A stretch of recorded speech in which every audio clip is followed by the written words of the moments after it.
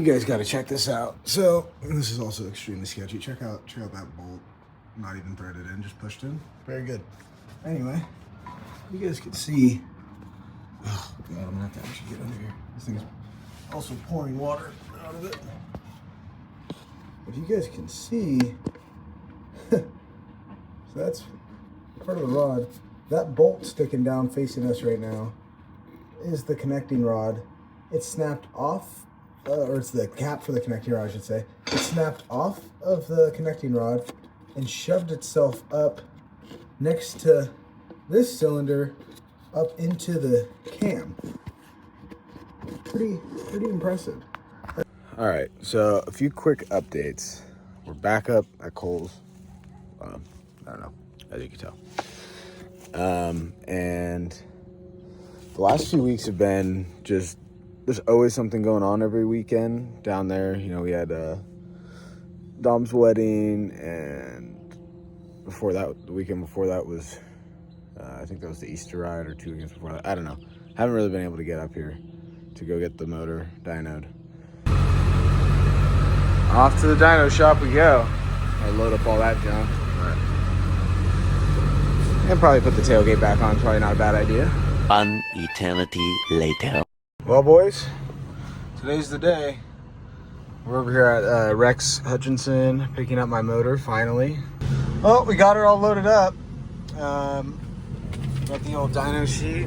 I guess we can go over really quick, but basically we ended up stopping the run at 6,200 RPMs at 857 horsepower. Based off the fact that the horsepower was still climbing and never really fell off, there's definitely more left on the table. I didn't want to run it much higher RPMs. He's also running very little timing in it, but we decided to kind of cut it short because it was leaning out a little bit. Could need either we go to dual dominators or a bigger single dominator. We got rid of the 1050, which is in one of those boxes, and stepped up to a 1250 dominator, which is also in one of those boxes. So yeah, this is what we're gonna run it for this season, which I'm actually happy with. I wanted it kind of dialed back a little bit. Like I said, there's not a ton of timing in it, and there's we're gonna run the rev limiter. We might even run it a hair lower, but at least at 62, and it definitely has more left in it, which I'm fine with leaving on the table to get some longevity out of it. But now we're gonna head to Kohl's and grab the boat and try and head back home before it's ridiculously late. We are so back, boys. Sadly with no motor in it, loose motor in the bed. It looks so lame without it. It looks like it's supposed to be an outboard. But yeah, she's there she is. Needs a windshield.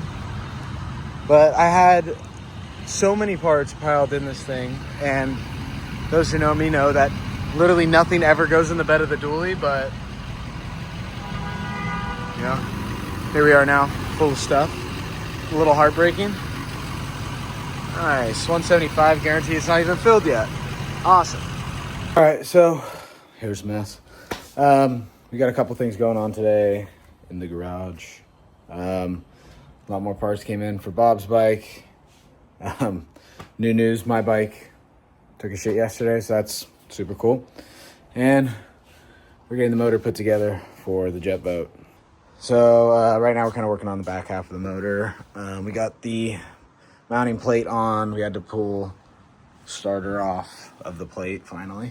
I didn't know how long I was gonna be able to last doing that.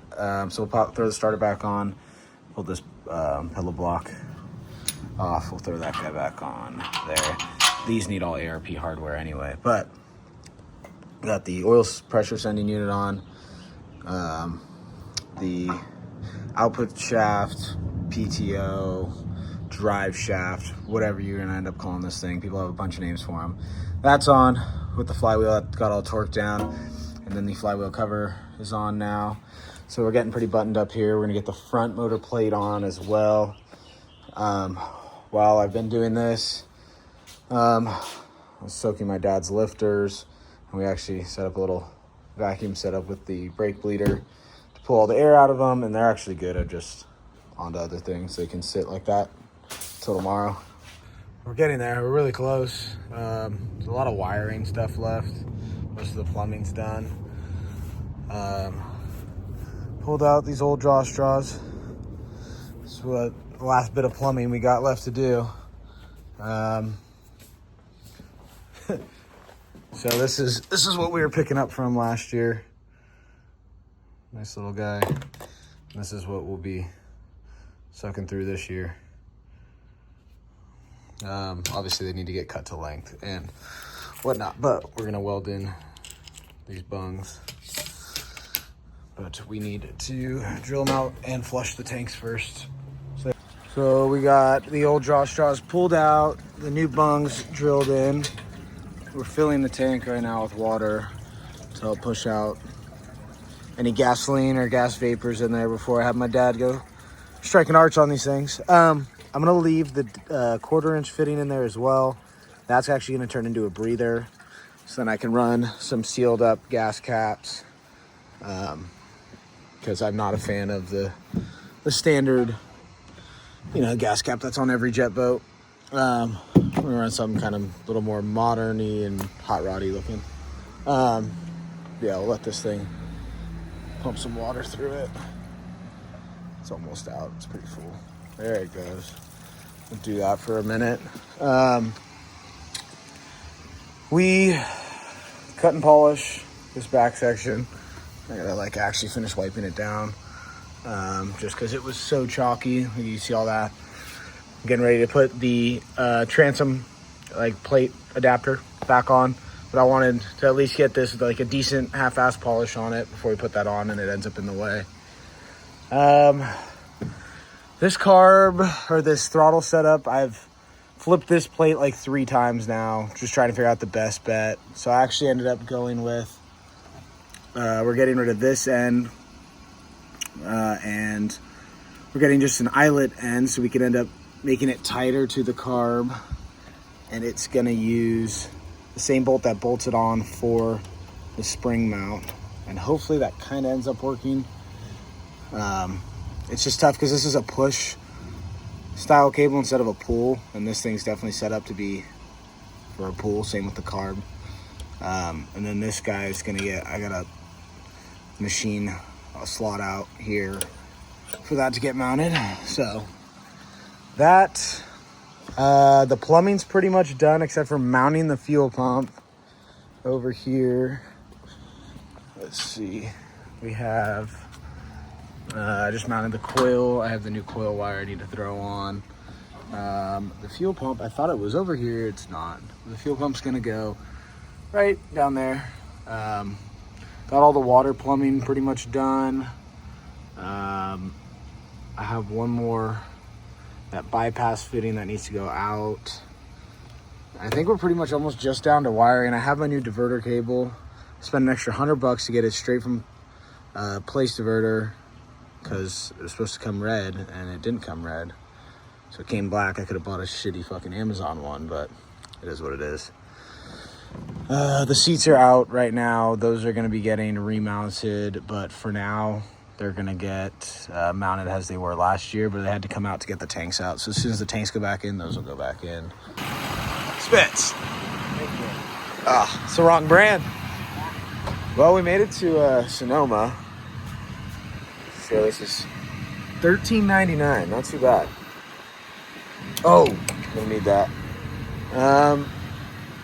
They got the little fun rung what you brung going on tonight. We're not here for all that fun. There we go. Pump her in.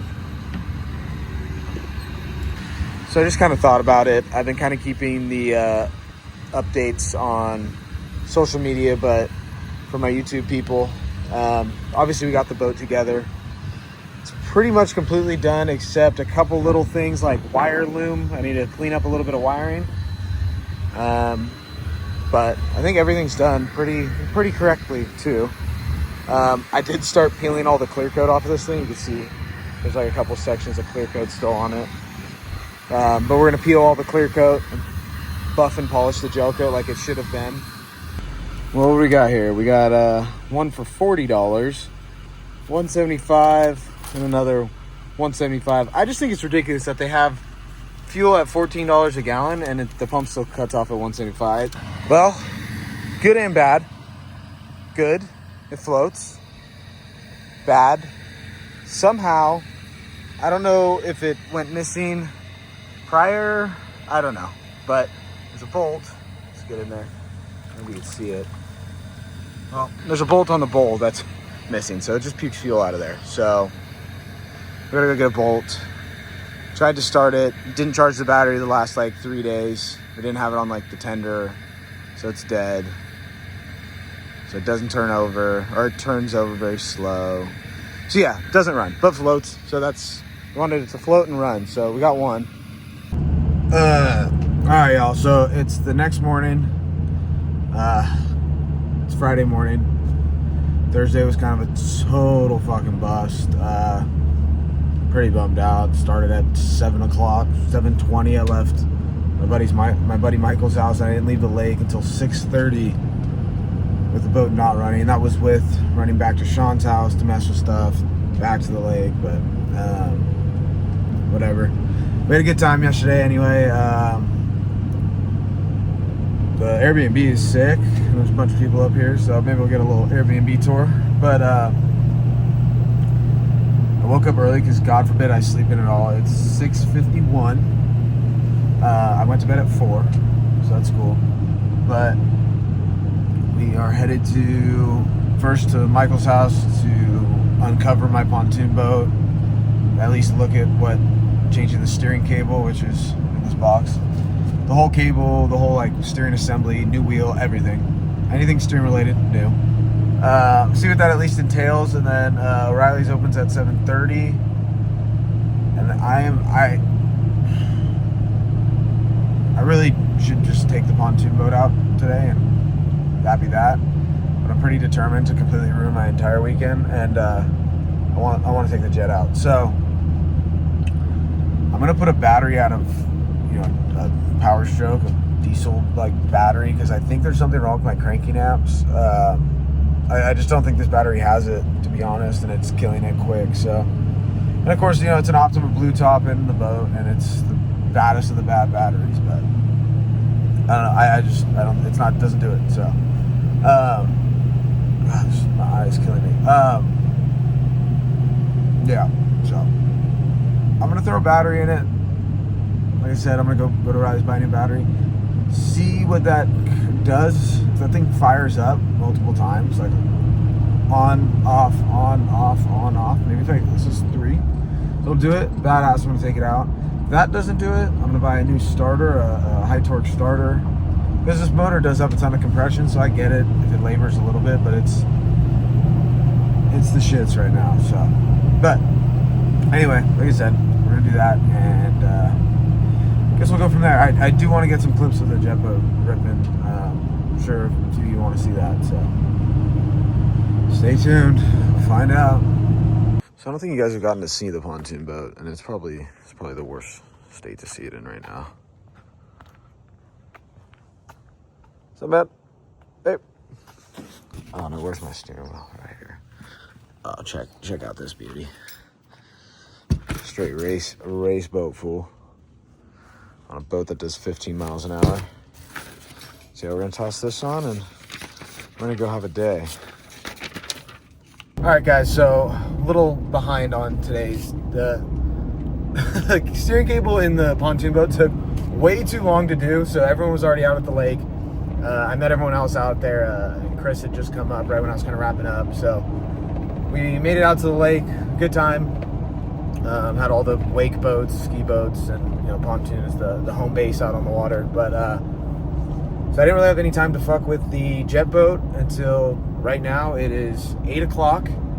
I ripped back over to Sean's, and he has some gangster badass high torque billet aluminum starter, and we stuck that in. The boat immediately fired up.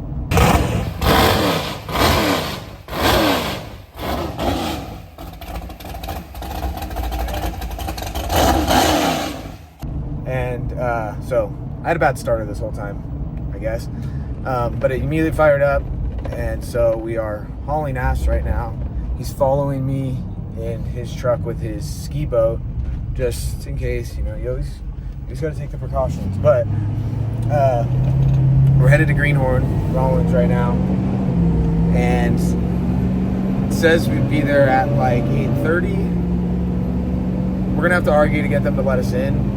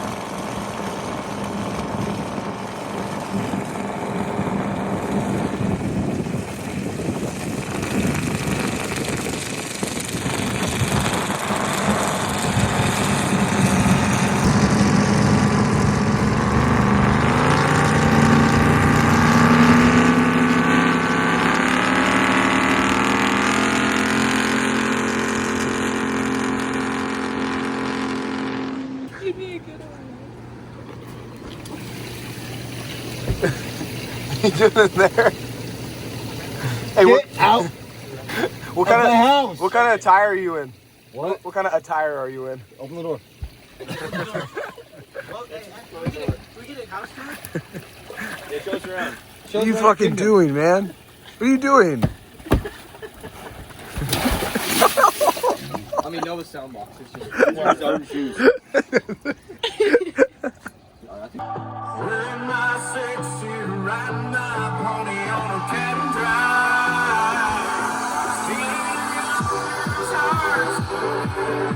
When you were 8 and you had that dreams to go to school and learn to go. So why are you acting like...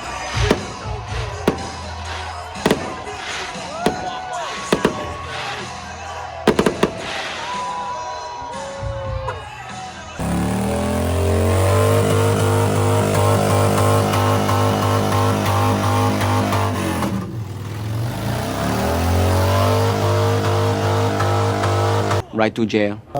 Alright guys, so I'm editing this video right now and I'm realizing how many holes in the story there are of 4th of July weekend. I did not film nearly enough. I was kind of pure chaos between getting the jet boat running, getting the pontoon on the water. But yeah, we went out multiple days, had a ton of boats out there. Like the only clips I got on the water, there was like 3 or 4 boats. We had a ton of boats tied up. Yeah, I didn't film very much that weekend. It was kind of tough. We got, the Airbnb was huge, good time. We got kicked out of it, come Sunday morning. We were supposed to stay till Monday, but yeah, anyway, successful first run on the jet boat. I'm already underway doing a bunch of adjustments because I figured a bunch of stuff out just in that short little 30-minute run we did. So I will have a video coming out soon of that. We have Night in the Country coming up this weekend, which is a 5-day, just bender out in the middle of the desert, country music festival, absolute blast. So I'll be sure to actually try and stay, you know, actively filming for that stuff. So yeah, there'll be a video of probably getting ready for that, some jet boat stuff, and then the weekend of Night in the Country. So bear with me. I need to just be better on myself about filming and getting videos out. But thanks for all you guys' support. If you do want to see stuff more almost daily, which I'm trying to again get better with filming again, there'll be stuff on the TikTok and Instagram, Graham's Garage. So if you have those socials, follow. Yeah, right on. See you guys on the next one.